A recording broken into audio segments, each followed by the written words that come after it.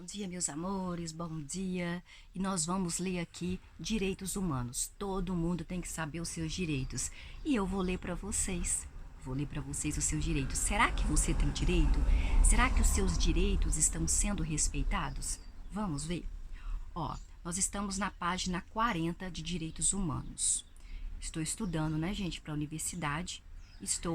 Acho que eu tenho certeza que isso vai ser muito bom para vocês, porque todo mundo tem que saber qual que é o direito dele, o que está na lei. Página 40. A participação da sociedade é o melhor caminho para impedir as práticas de corrupção nos governos, em especial no governo municipal, que é aquele mais próximo de cada um de nós. Ainda sobre educação, a Constituição Federal Brasileira, no artigo 208, determina que é dever do Estado propiciar educação básica, obrigatória e gratuita aos 4 aos 18 anos de idade, progressiva universalização do ensino médio gratuito, atendimento educacional especializado aos portadores de deficiência, preferencialmente na rede regular de ensino, educação infantil, em creche e pré-escola, acesso aos níveis mais elevados do ensino, da pesquisa e da criação artística, segundo a capacidade de cada um, oferta de ensino noturno regular, adequado às condições do educando e atendimento ao educando, em todas as etapas da educação básica, por meio de programas suplementares de material didático escolar, transporte, alimentação, e Assistência à Saúde, Brasil 1988. Por fim, cumpre destacar que a Constituição Federal Brasileira determina no parágrafo 1º do artigo 208 que o acesso ao ensino obrigatório e gratuito é direito público, subjetivo. Isso significa que os pais ou responsáveis por uma criança que está fora da escola por falta de vagas, por exemplo, poderão exigir esse direito perante o Poder Judiciário, por meio de uma ação judicial da qual vão requerer que o poder público municipal ou estadual consiga uma vaga na escola mais perto da residência dessa criança. Nem todos os direitos constitucionais podem ser exigidos dessa forma. Muitas vezes, as pessoas estão privadas de acesso a direitos que lhes são constitucionalmente garantidos. Porém, nada podem fazer a não ser esperar que esses direitos sejam efetivados quando o poder público disponibilizar recursos para isso. Mas, com a educação obrigatória, que é a do ensino fundamental, isso não acontece. Página 41. A própria Constituição Federal permite que a criança, representada por seus pais ou responsáveis, compareça perante o Estado, neste caso, simbolizado pelo Poder Judiciário, para exigir o cumprimento de seu direito, independentemente dos argumentos que o poder público possa utilizar para justificar a de falta de recursos financeiros para conseguir mais vagas em escolas públicas. Se o Poder Judiciário decidir de forma favorável à criança, e certamente o fará se estiverem preenchidas condições legais, idade correta da criança e comprovada a falta de vaga. O poder público executivo terá que obter a vaga e garantir que a criança tenha acesso à escola. A educação é, sem dúvida, um direito muito protegido na Constituição Federal Brasileira e, por essa razão, deve ser concretizada com o esforço de todos, o poder público e a sociedade também. Direito à moradia. O direito, gente, à moradia está expressamente garantido na Constituição Federal Brasileira, no artigo 6º, como um direito social.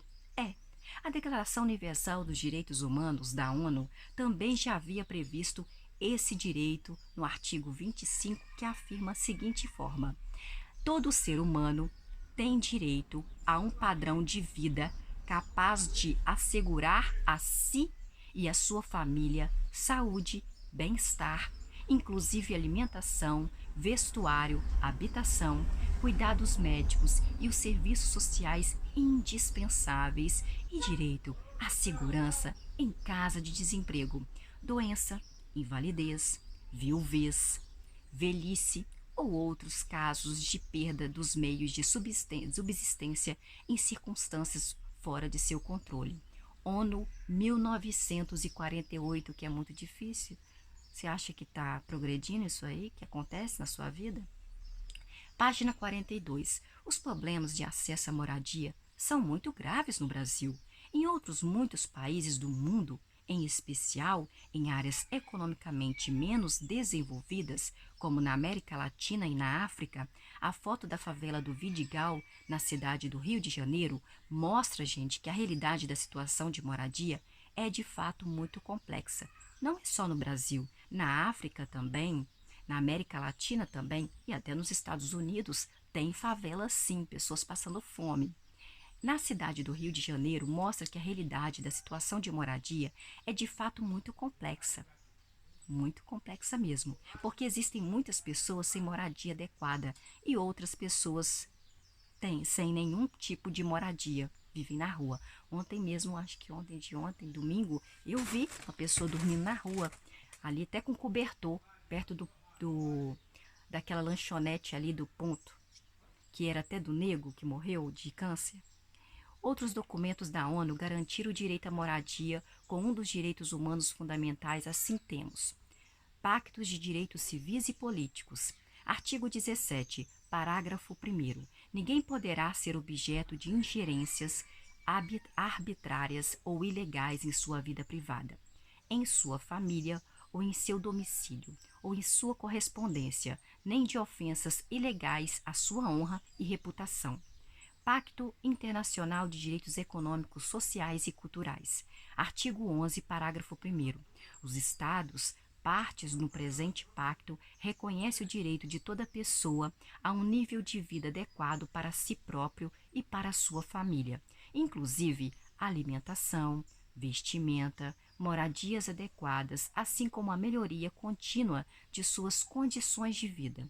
Os estados partes tomarão medidas apropriadas para assegurar a consecução desse direito, reconhecendo nesse sentido a importância essencial da cooperação internacional fundada no livre consentimento.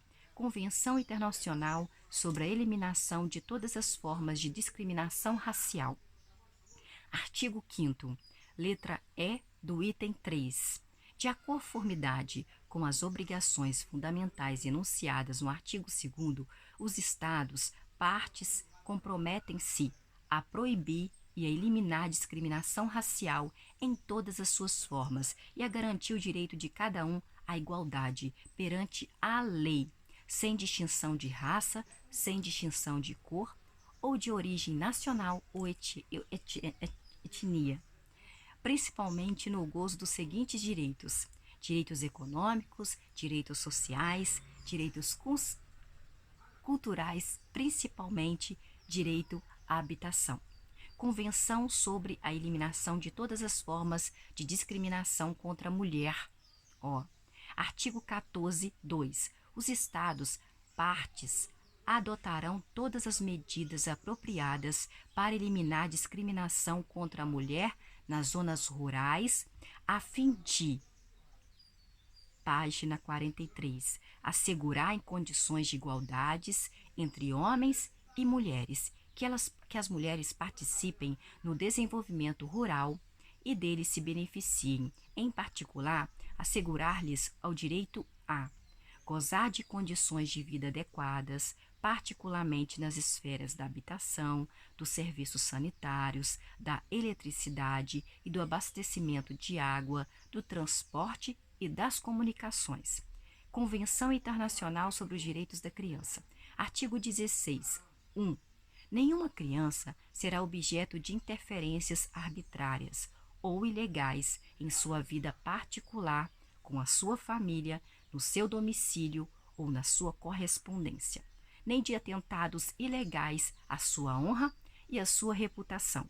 Artigo 27/3. Os Estados, partes, de acordo com as condições nacionais e dentro de suas possibilidades, adotarão medidas apropriadas a fim de ajudar os pais e outras pessoas responsáveis pela criança a tornar efetivo esse direito e, caso necessário, proporcionarão assistência material e programas de apoio, especialmente no que diz respeito à nutrição, ao vestuário e habitação.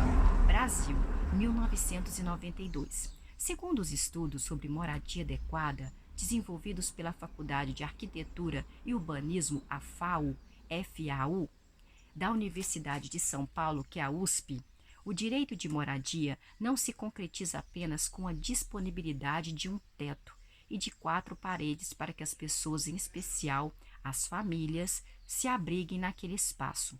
Isso não concretiza inteiramente o direito à moradia. O que efetivamente o que concretiza é uma moradia digna ou uma moradia adequada. Mas qual o conceito que a FAO utiliza para a moradia adequada, hein? Mais que um teto, mais que 4 paredes. O direito à moradia integra o direito a um padrão de vida adequado.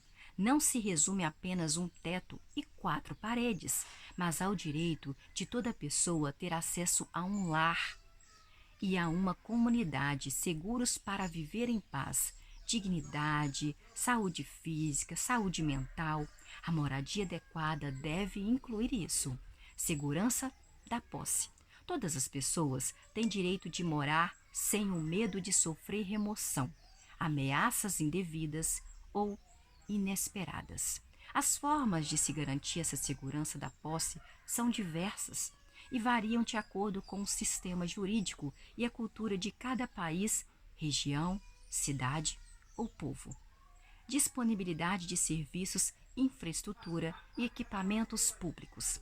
A moradia deve ser conectada às redes de água, saneamento básico, gás e energia elétrica. Em suas proximidades deve haver escolas, creches, postos de saúde, áreas de esporte e lazer e devem estar disponíveis serviços de transporte público, limpeza, coleta de lixo, entre outros.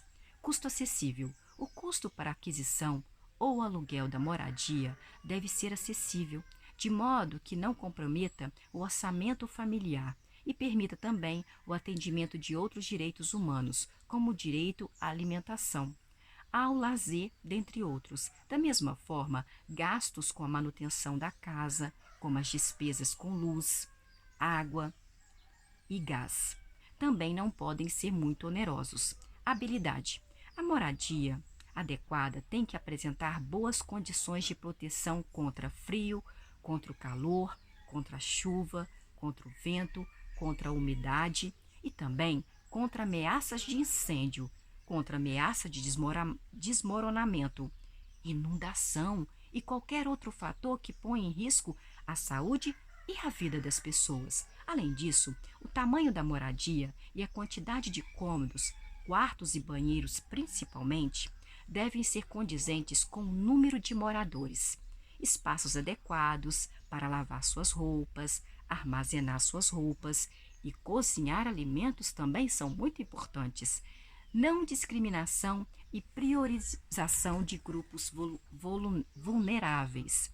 A moradia adequada deve ser acessível a grupos vulneráveis da sociedade, como os idosos, mulheres, crianças, pessoas com deficiências, pessoas com HIV, que é a AIDS, vítimas de desastres naturais, dentre outros. As leis e políticas habitacionais devem priorizar o atendimento a esses grupos e levar em consideração as suas necessidades especiais. Além disso, para realizar o direito à moradia adequada, é fundamental que o direito à não discriminação seja garantido e seja respeitado.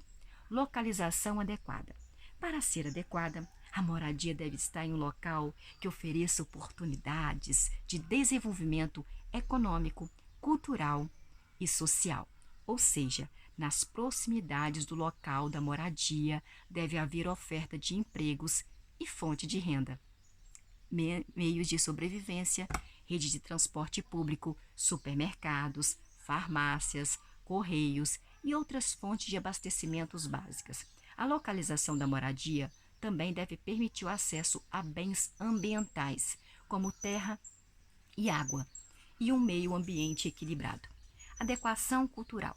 A forma de construir a moradia e os materiais utilizados na construção dessa moradia deve expressar tanto a identidade quanto a diversidade cultural dos moradores e moradoras. Reformas e modernizações devem também respeitar as dimensões culturais da habitação. Casales. Essa reflexão, gente, ela é muito importante. No passado recente, muitos administradores públicos imaginaram que poderiam resolver o problema de moradia das camadas de baixa renda da população, construindo grandes conjuntos habitacionais, com casas rigorosamente iguais, em pontos afastados do centro das cidades. Com isso, segregaram a população economicamente mais pobre e dificultaram imensamente a qualidade de vida delas. Por quê? Nesses locais não existia infraestrutura necessária, como transporte coletivo, não existia escola, não tinha creches, não tinha postos de saúde, não tinha unidade de pronto atendimento, não tinha segurança, não tinha iluminação de água, de rua, água e às vezes até luz elétrica nas casas, não tinha. Isso fez com que as pessoas não conseguissem morar naqueles lugares e voltassem para o centro das cidades, ou pelo menos mais perto dos bairros, com atividades econômicas que propiciassem emprego ou atividade de economia informal, e até fossem morar em situação precária, construindo barracas em favelas. Assim, as políticas públicas de habitação devem levar em conta inúmeros fatores que são imprescindíveis para a garantia da moradia digna ou adequada, e não podem isolar pessoas em locais de difícil acesso, sem infraestrutura e que não são adequados para viver. A proteção às mulheres, página 45. Em 2010, a Organização das Nações Unidas criou a ONU Mulheres.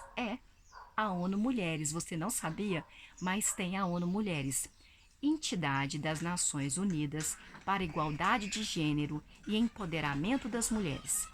Aumentar a liderança e a participação das mulheres, eliminar a violência contra as mulheres e meninas, engajar as mulheres em todos os aspectos dos processos de paz e segurança, aprimorar o empoderamento econômico das mulheres, colocar a igualdade de gênero no centro do planejamento e dos orçamentos de desenvolvimento nacional.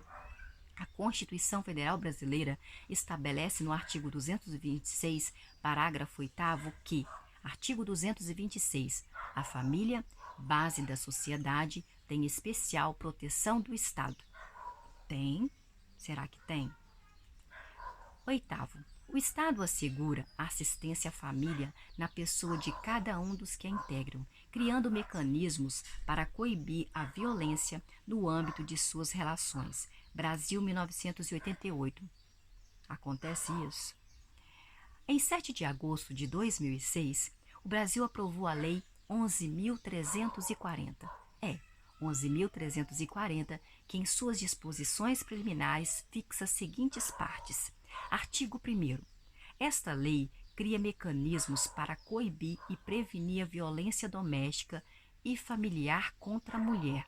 Nos termos do artigo 8º, do artigo 226 da Constituição Federal, da Convenção sobre a Eliminação de Todas as Formas de Violência contra a Mulher, da Convenção Interamericana para Prevenir, para Punir e para erradicar a violência contra a mulher e de outros tratados internacionais ratificados pela República Federativa do Brasil. Dispõe sobre a criação dos juizados de violência doméstica e familiar contra a mulher. Estabelece medidas de assistência e proteção às mulheres em situação de violência doméstica e familiar. Artigo 2º.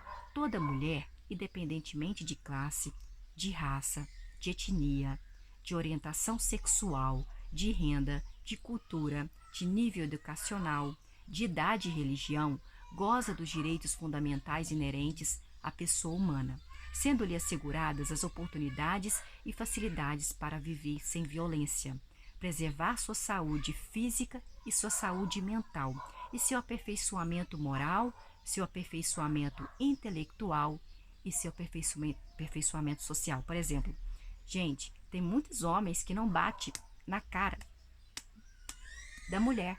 não bate na mulher, mas bate sim na alma da mulher. Psicologicamente, eles a reprimem, eles xingam, eles gritam, fala que é feia, fala que é horrorosa, fala que é vagabunda, manda para o inferno, manda para não sei aonde. Isso é um abuso, é uma violência contra a mulher. Porque se fosse com homem, talvez perto de outro homem não faria isso, não é? Artigo 3º. Serão asseguradas às mulheres as condições para o exercício efetivo dos direitos à vida, à segurança, à saúde, à alimentação, à educação, à cultura, à moradia, ao acesso à justiça, ao esporte, ao lazer, ao trabalho, à cidadania, à liberdade, à dignidade, ao respeito e à convivência familiar e comunitária. Artigo 1º. O poder público desenvolverá políticas que visem garantir os direitos humanos das mulheres no âmbito das relações domésticas e familiares, no sentido de resguardar as mulheres de toda forma de negligência, discriminação, exploração, violência, crueldade e opressão. Segundo, cabe à família, cabe à sociedade e cabe também ao poder público criar as condições necessárias para o efetivo exercício dos direitos enunciados no Caput, C-A-P-U-T, Caput. Essa lei é a famosa Lei Maria da Penha. É uma história muito triste, que, no entanto, infelizmente, ainda se repete no nosso Brasil brasileirão. Segundo dados do Ministério de Direitos Humanos, publicados pela Agência Brasil de Notícias, em 7 de agosto de 2018, a violência contra a mulher continua sendo uma grande preocupação em nosso país e também em outros países que também têm muita violência contra a mulher. Página 47. Segundo o Ministério dos Direitos Humanos, que é o MDH, M de mamãe, D de dado e H de humano, que administra a Central de Atendimento à Mulher em situação de violência, o ligue 180. Se o homem te xingou, se o homem te bateu, se o homem te degriniu a sua imagem, você vai ligar para 180, você que é mulher. Foram registradas no primeiro semestre deste ano quase 73 mil denúncias de mulheres. E o resultado é bem maior do que o registrado. 12 mil mulheres ali ligando para o 180 e denunciando as pessoas, os seus parceiros, pessoas que convivem com elas, em 2006, primeiro ano de funcionamento da central. As principais agressões denunciadas são cárcere privado, quando o homem não deixa a mulher sair de casa. Violência física, quando ele bate nela fisicamente. Violência psicológica, quando ele xinga, quando manda ela ir pra merda, quando ele manda ela pro inferno, quando ele manda para vários lugares horríveis, que não pode. Obstétrica, violência obstétrica. Violência sexual, quando o homem ele faz sexo com a mulher sem ela querer. Violência moral, quando ele xinga, quando ele agride, quando ele fala que ela fez uma coisa que ela não fez. Violência patrimonial, quando ele pega a casa dela, fala que a casa não é dela. Tráfico de pessoas, traficando mulheres para sexo, homicídio e assédio no esporte. As denúncias também podem ser registradas pessoalmente nas delegacias especializadas em crime contra a mulher.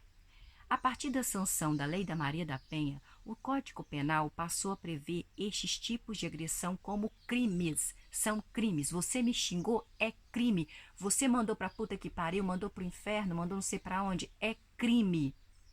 Isso é crime.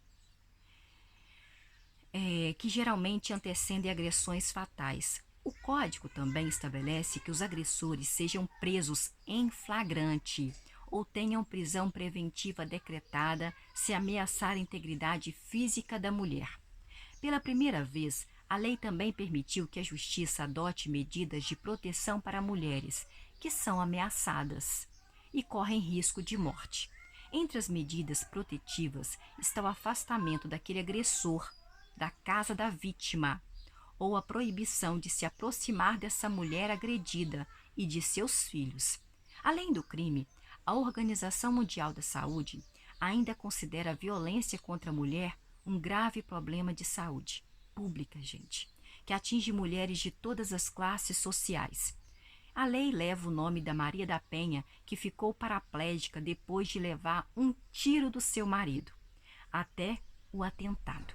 Maria da Penha foi agredida pelo seu esposo por 6 anos. Ela ainda, Maria da Penha, sobreviveu a tentativas de homicídio pelo seu agressor, seu esposo, por afogamento e de eletricidade. Queria eletrocutar a Maria da Penha. Feminicídio, fruto da Lei Maria da Penha. O crime do feminicídio, já diz feminino, feminicídio, mulher, feminicídio, feminino, sídio, feminicídio, matar uma mulher. Foi definido legalmente em 2015 como assassinato de mulheres por motivos de desigualdade de gênero e tipicado como crime hediondo. É um crime hediondo matar mulheres. Segundo o mapa da violência, quase 5.000 mulheres foram assassinadas no nosso país em 2016. O resultado representa uma taxa, gente, de 4,5 homicídios para cada 100.000 brasileiros. Em 10 anos, houve um aumento de 6,4% nos casos de assassinatos de mulheres. Os dados evidenciam que há muito para ser feito no Brasil para a concretização dos direitos das mulheres, apesar das leis já existentes, inclusive da previsão constitucional. A concretização desses direitos deverá ser feita por políticas públicas, não há dúvida. Porém, é fundamental que as mulheres participem desse debate, estudem as leis de proteção e os dados referentes à violência e se engajem nesses problemas. Decididamente, em trabalhos comunitários que possam contribuir para concretizar a sociedade que homens e mulheres são iguais em direitos e devem ser respeitados em sua dignidade para poderem viver uma forma de paz e de plena realização de suas potencialidades. Estava no livro de Brito, 2018. Proteção à criança e ao adolescente. No artigo 227 da Constituição Federal Brasileira, determina que, artigo 227, é dever da família, é dever da sociedade, é dever do Estado assegurar à criança, ao adolescente e ao jovem, com absoluta prioridade, o direito à vida, à saúde, à alimentação, à educação, ao lazer, à profissionalização, à cultura, à dignidade, ao respeito, à liberdade e à convivência familiar e comunitária, além de colocar essas crianças salvo de toda forma de negligência, discriminação, exploração, violência, crueldade e opressão.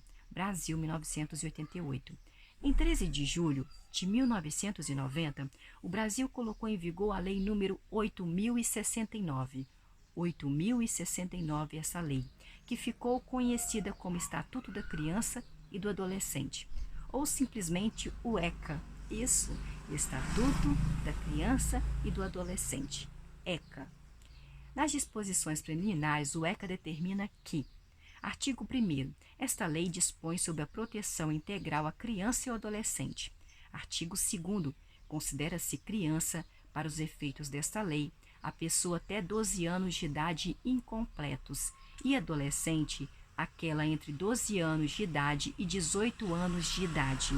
Parágrafo único. Nos casos expressos em lei, aplica-se excepcionalmente este estatuto às pessoas entre 18 e 21 anos de idade. Artigo 3º.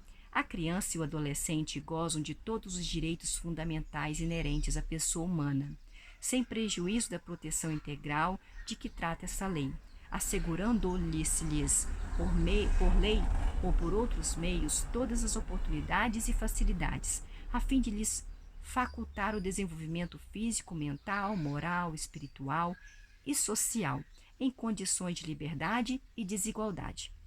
Parágrafo único. Os direitos enunciados nesta lei aplicam-se a todas as crianças e adolescentes sem discriminação de nascimento, situação familiar, idade, sexo, raça, etnia ou cor, religião ou crença, deficiência, condição pessoal, de desenvolvimento e aprendizagem, condição econômica, ambiente social, região e local de moradia, ou outra condição que diferencia as pessoas, as famílias ou a comunidade em que vivem.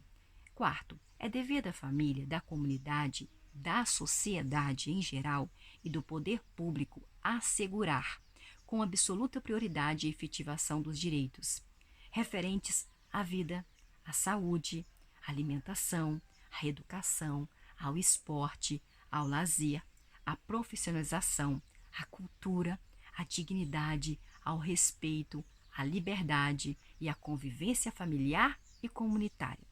Parágrafo único. A garantia de prioridade compreende: a. Primazia de receber proteção e socorro em quaisquer circunstâncias. B. Precedência de atendimento nos serviços públicos ou de relevância pública. C. Preferência na formulação e na execução das políticas sociais públicas. D. Destinação privilegiada de recursos públicos nas áreas relacionadas com a proteção à infância e à juventude. Artigo 5º. Nenhuma criança ou adolescente será objeto de qualquer forma de negligência, discriminação, exploração, violência, crueldade e opressão, punido na forma da lei qualquer atentado, por ação ou omissão, aos seus direitos fundamentais. Artigo 6º da lei. Na interpretação desta lei, leva-se-ão em conta os fins sociais a que ela se dirige, as exigências do bem comum, os direitos e deveres individuais e coletivos e a condição peculiar da criança e do adolescente como pessoas em desenvolvimento.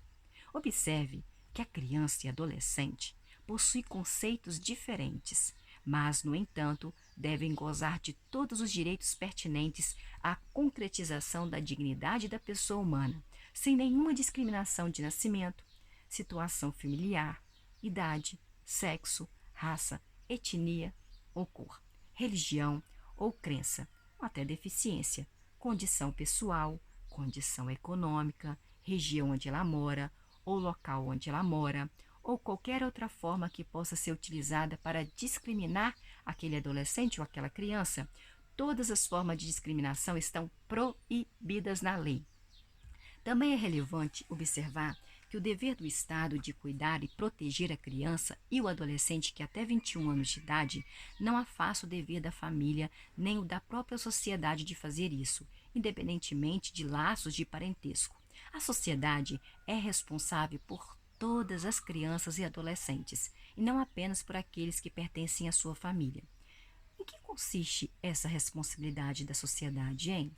Basicamente, em duas ações: não prejudicar e não permitir que prejudiquem por qualquer meio ou forma de atuação as crianças e adolescentes que se encontram em seu círculo social, ou seja, em sua rua, no seu bairro, no seu condomínio ou em qualquer local ou situação que seja possível constatar que esteja ocorrendo alguma forma de agressão ou de omissão em relação às crianças e adolescentes.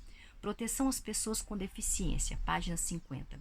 A proteção da pessoa com deficiência foi tratada no Brasil primeiramente pela Constituição Federal de 1988, Brasil 1988, que em vários artigos faz expressa referência à forma como a pessoa com deficiência será protegida.